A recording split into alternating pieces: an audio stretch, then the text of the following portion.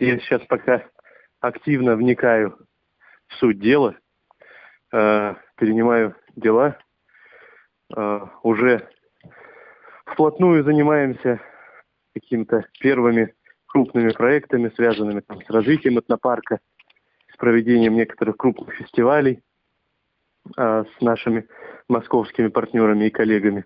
Поэтому активно идет бурная работа. Из Дворца культуры было уходить непросто.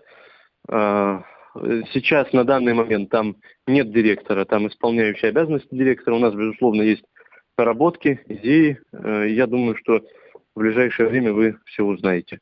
То, что я пришел, так сказать, из поля уже сюда, на новую работу, в Министерство культуры, это, я думаю, что большой для меня, огромный большой плюс, потому что я знаю все происходящие процессы изнутри, в большинстве своем. Поэтому не мифически где-то там, на основании бумажек, а работая до этого непосредственно в учреждении.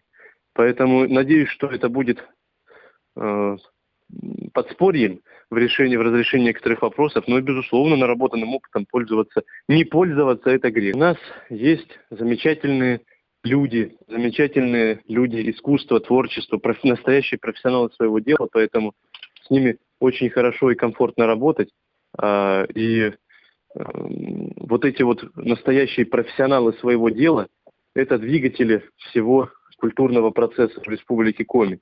Поэтому с ними замечательно работать, и благодаря им совместными усилиями вместе с нашим Министерством культуры, я думаю, что получится очень многое сделать для отрасли. Отрасль, безусловно, непростая, потому что не только в не только в Республике Коми эта отрасль непростая, но и на территории всей России. Есть проблемы, есть успехи, есть к чему стремиться. Будем работать. Уже сейчас есть поручение главы республики о работе с телерадиовещательной организацией Союзного государства, с Угольниковым Игорем Станиславовичем, это Москва, по поводу проведения нескольких крупных фестивальных проектов у нас здесь, на территории Республики Коми.